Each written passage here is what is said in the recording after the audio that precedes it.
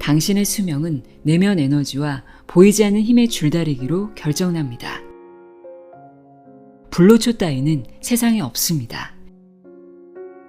하지만 생명과 수명의 비법은 있습니다.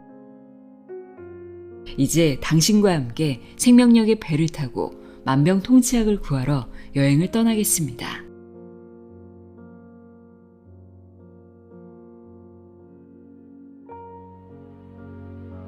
안녕하세요. 나의 소리책 갈피 소리내어 읽다입니다.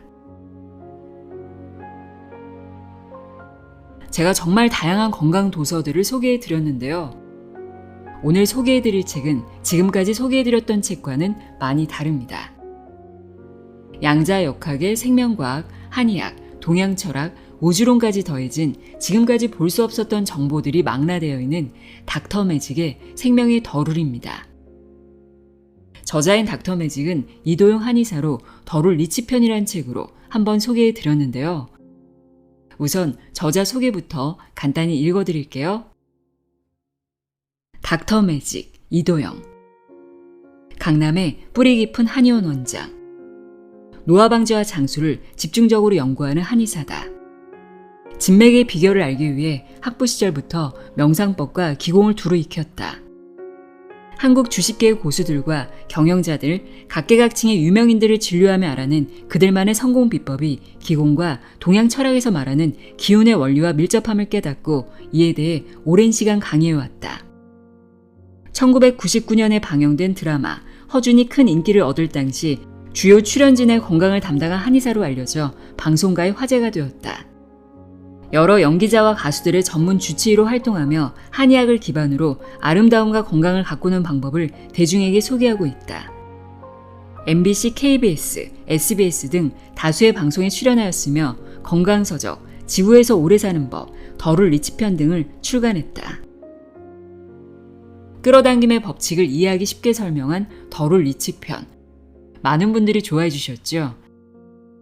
덜울 리치편이 이 책의 시리즈 1탄에 해당한다고 합니다. 이 책은 생명의 덜울이라는 제목에 그 주제가 담겨 있는데요. 단순한 건강법이 아닌 우주의 생명이 존재하게 하는 룰, 생명력의 법칙을 이야기합니다. 왜 어떤 사람은 장수하고 어떤 사람은 단명하는지, 어떻게 하면 젊게 오래 살 수 있는지, 죽음의 원인에 대해 어떻게 대처할 것인지 등을 설명합니다. 또 생명의 원리만 제대로 활용한다면 장수할 수 있고 병에 걸려도 치유가 가능하다고 주장합니다. 상당히 어렵고 심오할 수 있는 생명력의 비밀에 대한 이야기가 재미있는 과학적 예시 등과 어우러져 흥미진진하게 펼쳐집니다. 이 책은 2권으로 구성되어 있는데요. 오늘 읽어드릴 내용은 1편에서 골라봤습니다. 닥터 매직의 생명의 덜울, 내용의 일부를 읽어드립니다. 귀 기울여 들어보세요.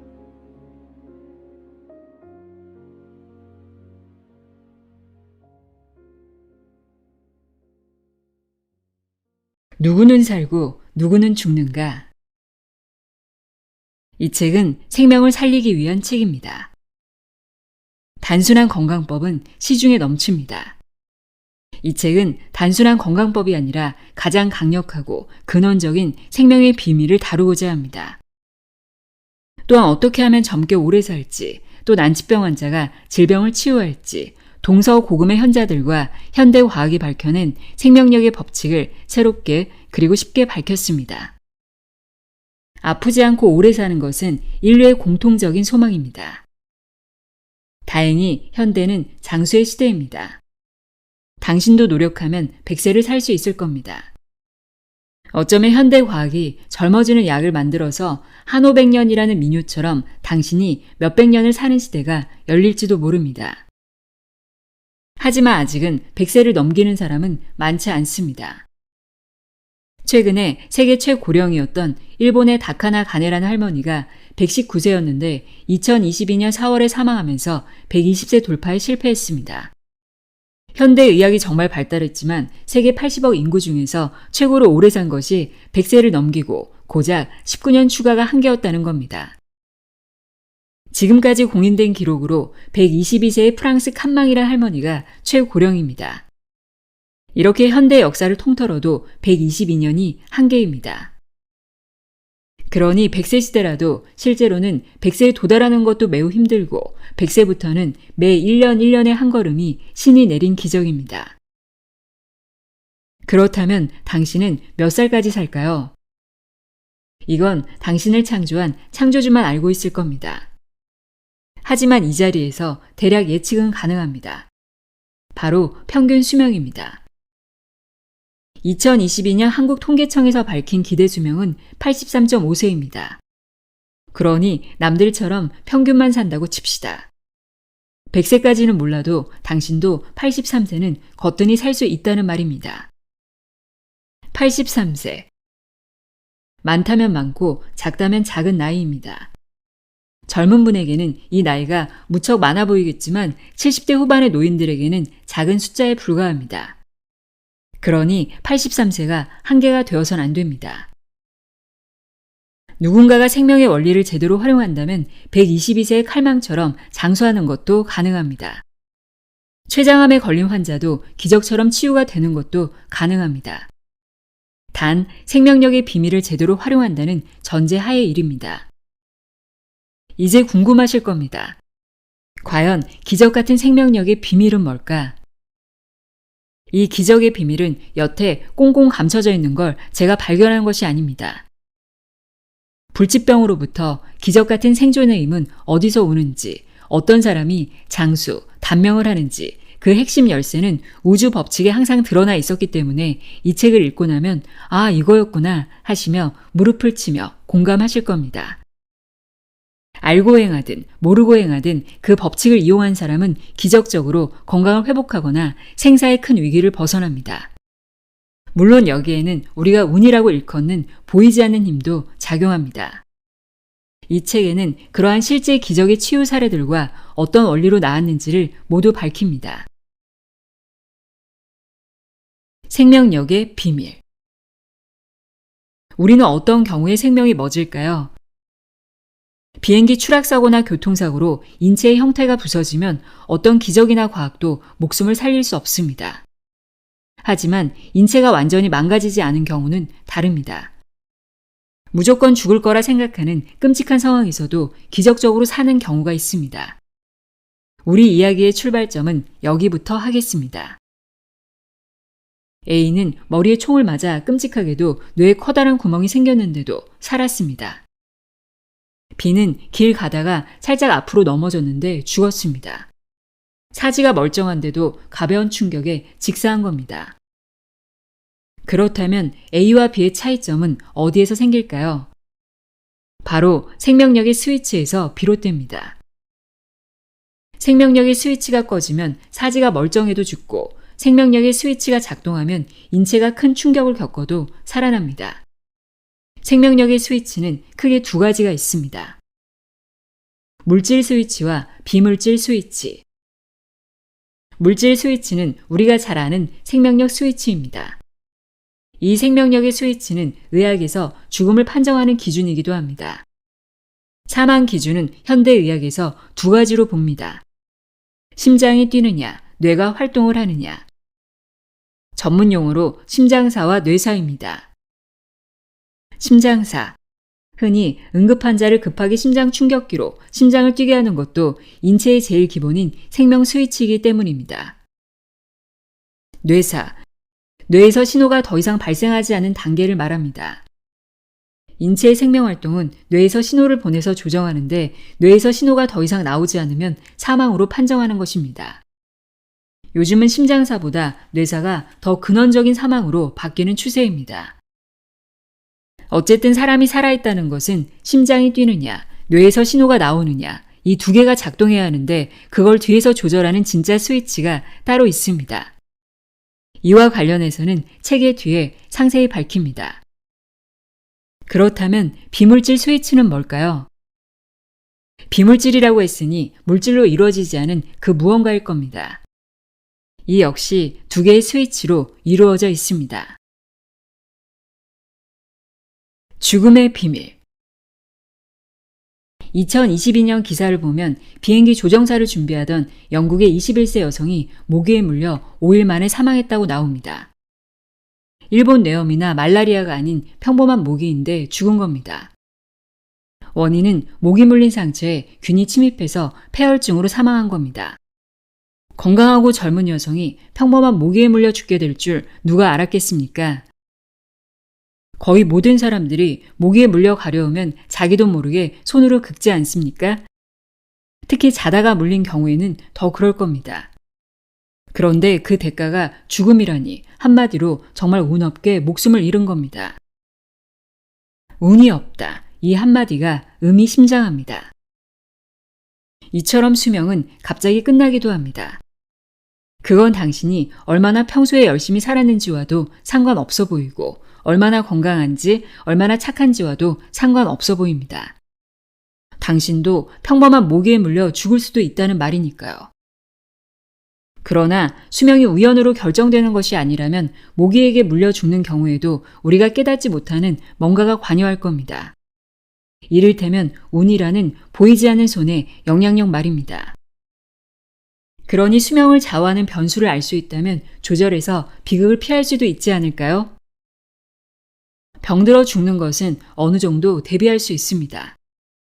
하지만 갑자기 사고로 죽는 것은 의지와 상관없는 극도의 우연으로 보이니 미리 대비할 수 없는 것 같습니다. 교통사고를 예를 들어도 1초만 빨리 가거나 늦게 지나가도 사고를 비켜갈 수 있는 경우가 허다하니까요. 그러나 그 모든 것조차도 우연은 아닙니다. 작은 사고조차도 보이지 않는 힘이 작용하며 당신의 내면 에너지도 같이 작용합니다. 결론부터 말하면 당신의 수명은 내면 에너지와 보이지 않는 힘의 줄다리기로 결정납니다. 즉 수명은 인간의 내면 에너지 더하기 보이지 않는 힘입니다. 보이지 않는 힘은 운과 유사합니다. 우연으로 보이겠지만 우주에는 어떤 힘이 분명히 작용하고 있습니다. 어쩌면 사주팔자에서 말하는 타고나는 운의 힘일 수도 신이 내정해준 당신의 굴레일 수도 있습니다. 그러니 만약 당신이 심각한 질병으로 고생하고 있다면 이 또한 보이지 않는 힘과 내면 에너지 이 두 가지를 모두 고려해야 합니다. 보이지 않는 힘에 대해선 앞의 책인 덜을 잊지 편에서 상세히 말했습니다. 수면과 관련해서 이 책에서 또 말할 겁니다. 어쨌든 내면 에너지와 보이지 않는 힘의 법칙을 이용해서 죽음을 막거나 질병에서 벗어날 수 있다면 당신도 그 효과를 누리셔야 할 것 아닙니까? 어릴 때 필자는 이런 상상을 한 적이 있습니다. 이 세상에 마법의 물약이 있어서 먹기만 하면 몸이 젊어지고 온갖 병이 치유된다면 얼마나 좋을까? 초등학교 3학년 때 이런 생각을 하다니 저도 참 엉뚱하기도 했습니다. 이런 꿈은 순진무구한 꼬마뿐만 아니라 인류의 무수한 이들이 도전을 해왔습니다. 옛날 진시황제도 정말로 죽기 싫어했던 사람이었습니다. 그래서 신하들을 세상 만방으로 보내 불로초를 찾았습니다. 진시황은 동쪽의 삼신산에 신선이 살고 있어서 그들에게서 불로초를 얻을 수 있다고 믿었습니다. 물론 신선이나 불로초는 존재하지 않으니 진시황은 그 꿈을 이루지 못하고 눈을 감았습니다. 불로초, 만병통치약, 마법의 물약 따위는 세상에 없습니다. 하지만 위력적인 비결인 생명과 수명의 비법은 있습니다. 죽음의 원인 2018년 미국에서 있었던 총격 사건입니다. 3살 여자 꼬마가 엄마와 함께 차를 타고 가다 다른 차로부터 총격을 당했습니다. 총알은 꼬마의 눈썹 바로 위를 관통해 정수리로 빠져나왔습니다. 머리 가운데에 바람구멍이 커다랗게 뚫린 상태였습니다. 구멍을 통해 뒤쪽 벽을 훤히 볼 수 있을 정도였습니다. 이런 큰 총상을 입고도 꼬마는 6시간 넘게 수술을 받고 목숨을 건졌습니다. 이처럼 머리에 총을 맞아도 죽지 않는 경우가 자주 있습니다. 이와 관련한 흥미로운 연구 결과가 있습니다. 미국 메릴랜드 의대팀이 발표한 논문을 보면 머리에 총상을 입고도 살아난 비율이 무려 42%에 달한다고 합니다. 머리에 총상을 입으면 거의 사망한다고 생각하는 상식과는 전혀 다른 결과입니다.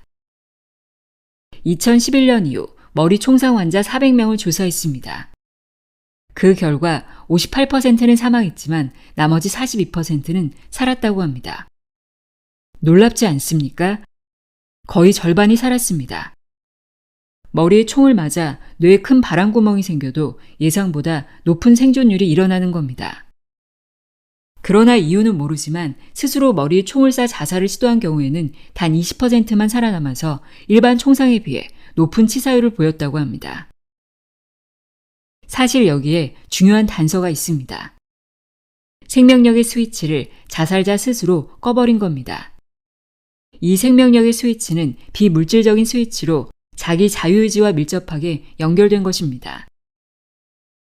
인명재천이란 말이 있습니다. 사람의 목숨은 하늘에 달렸다는 뜻입니다. 부와 성공, 당신의 목숨과 건강에도 보이지 않는 손길이 강력하게 작용합니다. 건강이 나빠지고 사고가 나고 이 모든 것에 보이지 않는 손길이 영향을 미칩니다.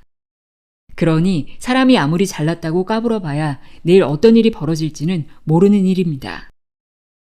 그렇다고 당신은 하늘의 순리에 모든 걸 맡기고 당신 자신을 방치해도 될까요? 그건 하늘의 순리가 아닙니다. 죽음의 원인은 내면 에너지와 보이지 않는 힘의 줄다리기의 결과로 수명이 다한 겁니다. 이때 내면 에너지가 무조건 사는 쪽으로 향하는 것만은 아닙니다. 마음이 우울해서 충동적으로 자살하는 경우는 내면 에너지가 극단적인 마이너스이기 때문입니다. 보이지 않는 힘이 죽인 것은 아닙니다. 반면에 보이지 않는 힘이 죽이고자 교통사고나 질병을 줘도 내면 에너지가 플러스로 강할 때는 구사일생으로 살기도 합니다. 그러나 이것은 단순히 힘의 강약 세기의 숫자 계산에 의해서 결과가 확정되는 것이 아닙니다. 우주의 모든 것은 확률 추첨으로 정해지기 때문입니다. 만약 그 줄다리기 결과로 죽을 확률이 99.99%의 상황이라고 합시다. 그래도 굴하지 마세요. 죽음은 확정되지 않습니다. 이 책을 읽어보면 아시겠지만 인간은 어떤 심각한 위기의 사고나 질병에서도 기적처럼 사는 경우가 있습니다. 로또를 사면 몇 등이 될지 미리 정답을 알 수 없고 1등 당첨될 확률만 아는 것처럼 미래는 추첨해 봐야만 아는 것입니다. 이걸 확률론적 우주관이라 합니다. 결국은 수명은 줄다리기의 결과가 확률로 시시각각 표현되는 것입니다.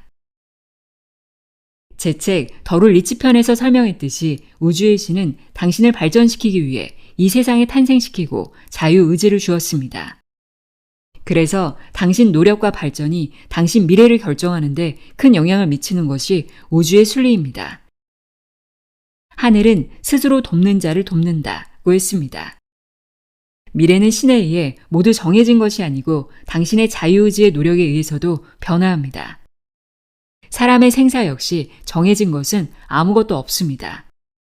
스스로의 노력과 의지가 강할수록 확률이 달라집니다. 머리 총상 환자가 50% 가까이 사는데 자살 총상 환자는 20%만 사는 것은 그 스스로의 의지로 확률을 낮춘 결과입니다. 반대로 생각하면 당신의 노력과 의지로 확률을 높일 수도 있습니다.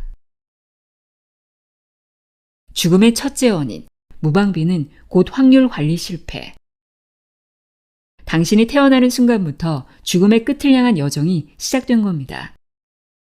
그런데 이 여정은 탄생에서 정해진 수명, 죽음으로 이어지는 형태가 아닙니다. 다시 말해 정해진 수명은 없다는 뜻입니다. 당신이 태어나며 터뜨린 응해야 하는 첫 울음부터 이미 당신의 죽음은 시작되었습니다.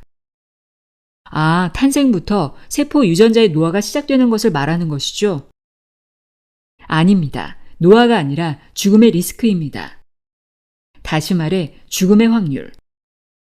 아기가 태어나자마자 사망 요소들이 시시각각 낮은 확률로 스쳐 지나갑니다.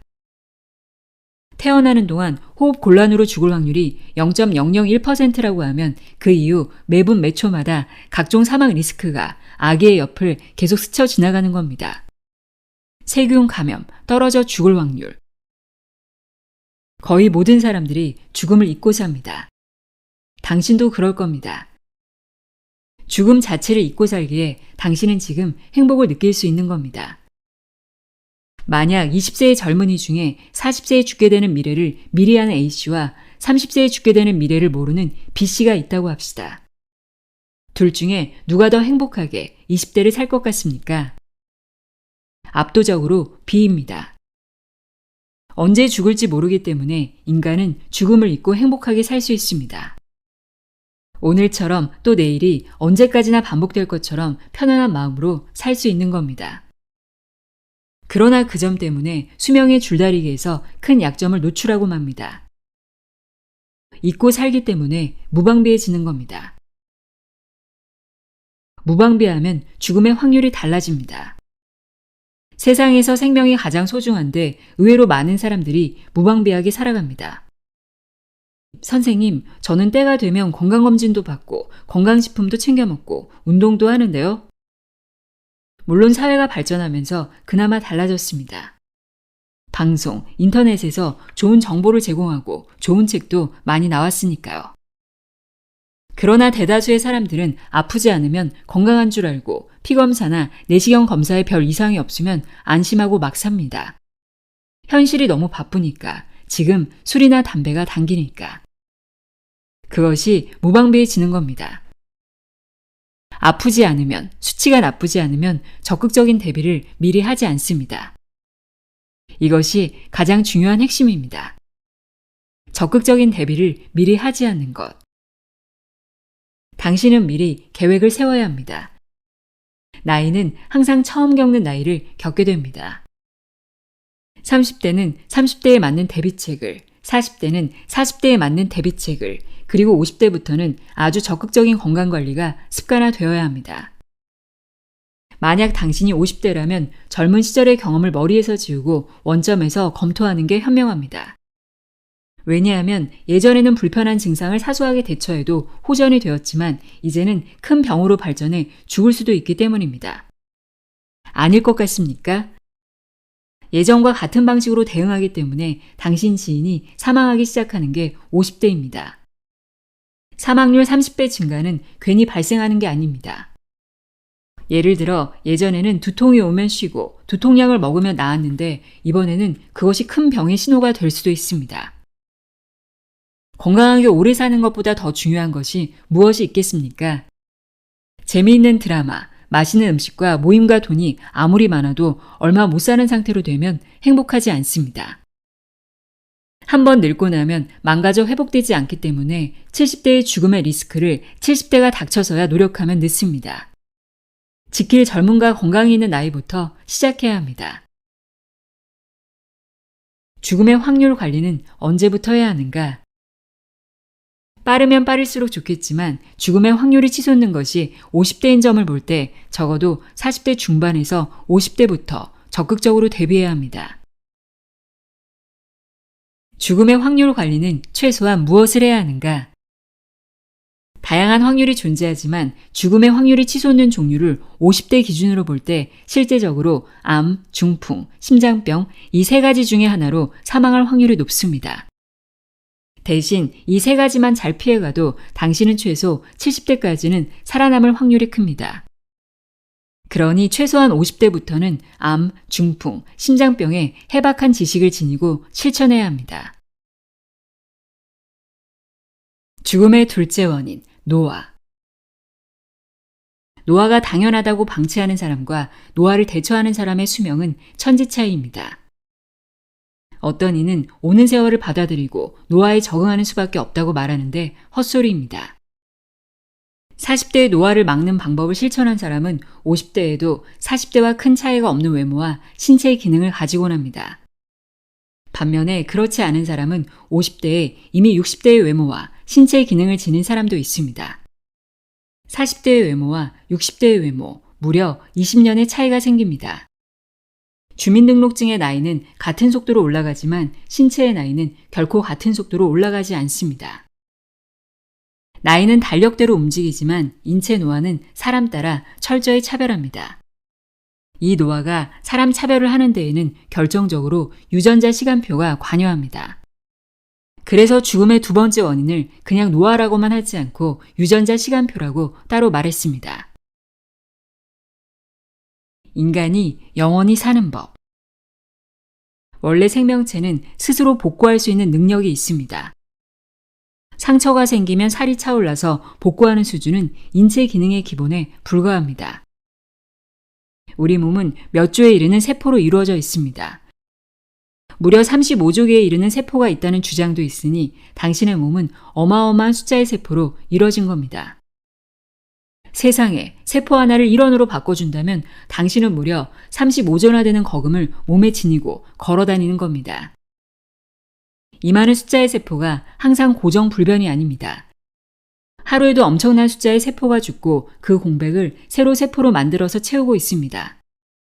통계적으로 하루에 약 3,300억 개가 교체된다고 합니다. 3,300개도 아니고 3,300억 개입니다. 초당 380만 개가 새 걸로 대체가 됩니다. 정말 몸을 쉴 새 없이 초스피드로 세포를 찍어내는 세포 공장이라고 해도 과언이 아닙니다. 그런데 이 세포를 원본과 똑같이 만들지 못하면 몸은 금방 엉망진창이 되어 죽을 겁니다. 가령 간의 세포가 죽었는데 간에다 눈동자 세포를 만들게 되면 어떻게 될까요? 간에 눈이 달린다니 굉장히 괴괴한 몸이 될 겁니다. 또는 간에 새로 생긴 세포가 원래 세포 기능의 절반도 못하는 불량세포라면? 생각만 해도 끔찍합니다. 그래서 몸은 전자제품을 찍어내듯이 한치의 오차도 없도록 원본 세포와 똑같은 복제품을 완벽하게 만들어서 채우고 있습니다. 사람은 7에서 10년이 지나면 몸의 거의 모든 세포가 새로운 세포로 교체되어 있다고 합니다. 몸이 새로 바뀌는 셈입니다. 그런데 문제는 유전자가 복제할 때마다 짧아져서 결국 원본과 차이가 나게 된다는 겁니다. 그 이유는 우리 인체의 세포 복제 시스템이 유전자의 끝부분을 완벽히 복사하지 못하기 때문에 갈수록 끝이 짧아질 수밖에 없습니다. 이걸 보완하기 위해서 C는 유전자에 보호용 꼬리를 만들어서 달아줬습니다. 이걸 전문용어로 텔로미어라고 부릅니다. 끝 부위라는 뜻인데 텔로미어라고 부르니 뭔가 더 근사하게 보이지 않습니까? 아무튼 유전자는 긴 끈처럼 생겼습니다. 그 양쪽 끝에 텔로미어 꼬리가 달려서 완충작용을 하여 유전자를 보호합니다. 그러나 이 꼬리도 점점 짧아지다가 사라지게 됩니다. 결국 유전자도 짧아지며 망가집니다. 이런 불량품 세포가 점차 늘어갈수록 당연히 당신의 몸도 망가집니다. 그렇다면 이 꼬리가 짧아지는 것을 지연시키거나 막을 방법은 없을까요? 있습니다. 당신의 꼬리를 훔쳐가는 도둑은 세월인데 그 빌어먹을 세월조차 유전자 꼬리를 못 훔치는 강력한 동물이 존재하기 때문입니다. 한마디로 영생의 동물입니다. 이 동물은 유전자 꼬리가 짧아지는 걸 방지하는 효소를 스스로 분비하는 동물이어서 그렇다고 합니다. 현대 과학자들이 밝혀낸 바에 의하면 텔로미어가 짧아지는 것을 막아주는 효소가 존재하는데 텔로머레이즈라고 부릅니다. 그렇다면 영생의 유전자 시스템을 가진 대단한 주인공은 누굴까요? 바로 바닷가재입니다. 바닷가재가 이론적으로 영생의 조건을 갖춘 이유를 말씀드리겠습니다. 바닷가재는 텔로미어 꼬리를 복원하는 신비한 요소, 텔로머레이즈라는 것이 항상 작동합니다.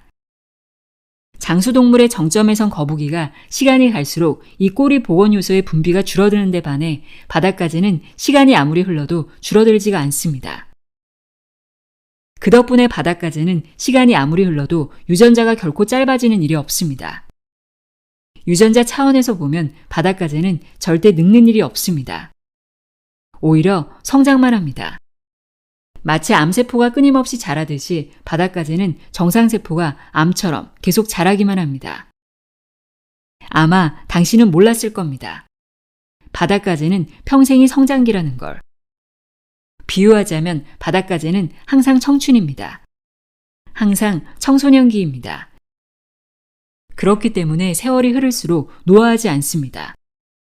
오히려 계속 성장하며 더 튼튼해지고 힘도 세어지고 생식 능력도 더 강해지고 갑옷도 더 단단해집니다. 안타깝지만 위대한 동물인 바닷가재는 위대한 유전자를 가졌을 뿐 현실은 녹록지 않습니다. 결코 늙어 죽는 자연사는 없지만 다른 방식으로 죽을 일이 너무 많기 때문입니다. 바닷가재는 유전자적으로만, 이론적으로만 영생의 동물일 뿐입니다. 현실은 그렇지 못해서 바닷가재 수명은 약 10년에서 100년에 불과합니다. 이 위대한 바닷가재 죽음의 가장 근본적인 이유를 아시면 황당하실 겁니다. 바닷가재는 먹이사슬에서 낮은 쪽에 위치하고 있어 천적들이 마구 잡아먹습니다. 아, 늙지 않을 유전자가 있어도 잡혀먹어서 오래 못 사는 것이었네요. 그렇다면 제가 황당할 거라고 말하지 않았을 겁니다. 그보다 더 근본적인 결함이 따로 있습니다. 무한히 성장하는 속살과 내부 장기에 맞추려면 때가 되면 갑옷을 탈피하고 다시 새로운 더 큰 갑옷을 형성해야 합니다. 그러나 이 불멸의 갑옷은 너무나 강력해서 이제 자신의 힘으로는 결코 깨부수고 탈피할 수 없는 겁니다. 그래서 위대한 유전자에 비해 수명이 턱없이 짧은 겁니다. 그렇다면 이 허무한 개그 같은 바닷가재 이야기를 왜 했을까요? 사실 바닷가재의 짧은 수명은 환경상 천적들로부터 살아남기 위해서 단단한 갑옷이 있어야 하기 때문에 생긴 아이러니에 불과합니다. 그렇다고 바닷가재의 유전자의 신비함이 평가절하될 수는 없습니다. 만약 인간이 바닷가재의 효소 시스템을 제대로 이용할 수 있다면 이론상으로는 절대 늙지 않고 도로 젊어져 살 수 있기 때문입니다. 그래서 바닷가재의 이 위대한 불로장생의 능력은 치열하게 연구되고 있습니다. 특히 바닷가재가 분비해낸 효소인 생명의 시계, 텔로머레이즈는 현대 생명과학의 최우선 연구 대상입니다. 텔로미어, 텔로머레이즈와 세포 노화 메커니즘을 밝혀낸 엘리자베스 블랙번 교수는 2009년에 노벨 생리의학상을 수상했습니다. 와, 바닷가재가 분비해낸 텔로머레이즈가 그렇게 좋다면 바닷가재를 먹으면 저도 젊어지거나 노화를 막을 수 있지 않을까요? 그럴 리 있습니까? 맛만 좋을 뿐입니다. 생물마다 작용하는 효소나 화학물질이 다르기 때문에 인간은 인간에게 맞는 효소나 물질이 필요합니다. 그래도 아주 치열하게 연구 중이니 가까운 장래에는 유전자 꼬리인 텔로미어의 길이를 복원하는 효소가 나올 것이라 기대합니다. 같은 동물인 바닷가재는 효소로 되는데 인간도 효소로 안 될 이유가 어디 있습니까?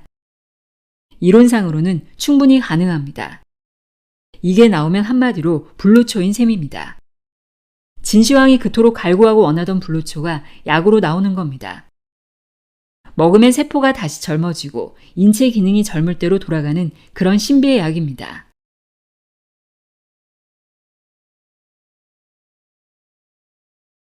죽음의 원인 대처하기.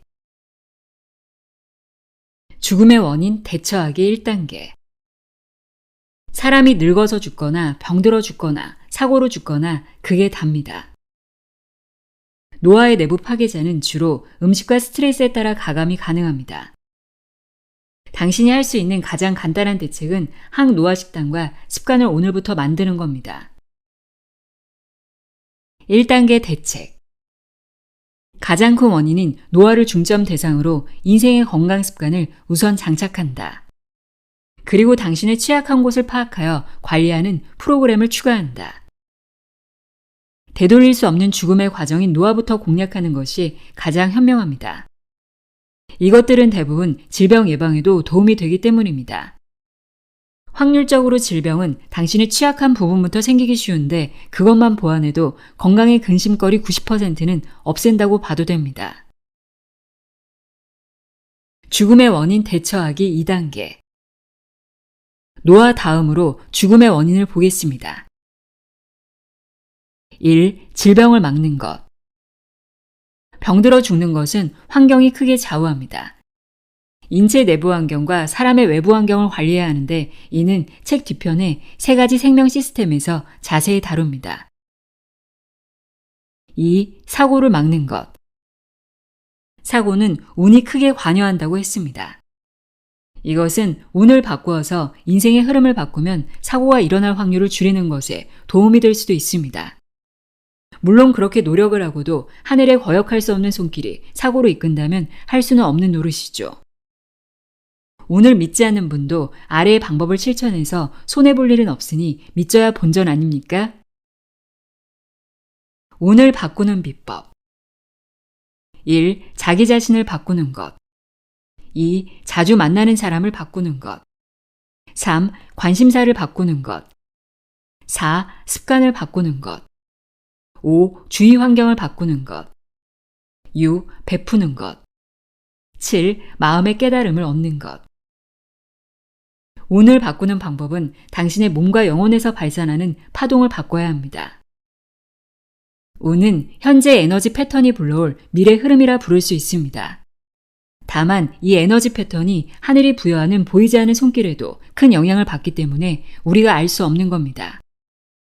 그러니 이 보이지 않는 손길을 무엇으로 보고 행동하느냐에 따라서 미신이 될 수도 있고 미신이 아니기도 한 것입니다. 보이지 않는 손길을 하나님이라고 보면 기독교인이고 알라로 보면 이슬람교인입니다. 이것을 어떤 지역의 초자연적인 존재로 믿고 섬기면 민간 신앙인이고 그냥 우주 그 자체 자연 법칙으로 보면 무신론자일 수도 있습니다. 어쨌든 운이라는 것은 분명히 존재합니다. 그것에 영향을 주는 보이지 않는 힘의 주체를 신으로 보든 우주 법칙으로 보든 다른 무엇으로 보든 말입니다. 그리고 운을 바꾸는 법을 보세요. 나 자신을 바꾸고 자주 만나는 사람을 바꾸고 습관을 바꾸고 깨달음을 얻는 것, 그 어떤 것이 미신입니까? 운을 믿든 안 믿든 실천해서 내 인생에 긍정적인 변화를 줄 수 있다면 충분히 시도해볼 가치가 있지 않을까요? 다시 말하지만 좋은 에너지를 증가시키는 행동 패턴은 무조건 인생의 플러스가 됩니다. 큰 사고의 위험도 어쩌면 피해갈지도 모릅니다. 반드시 피할 수 있다고 말하는 것은 아닙니다. 죽음의 원인 대처하기 3단계. 대처하기 1, 2단계까지가 죽음의 원인으로 불리는 노화, 질병, 사고의 3대 원인에 대한 일반적인 대처법이었습니다. 그리고 더 근본적인 대처법이 바로 3단계입니다. 3단계는 생명력의 열쇠를 이용해서 강력한 생명력을 발현시키는 것입니다.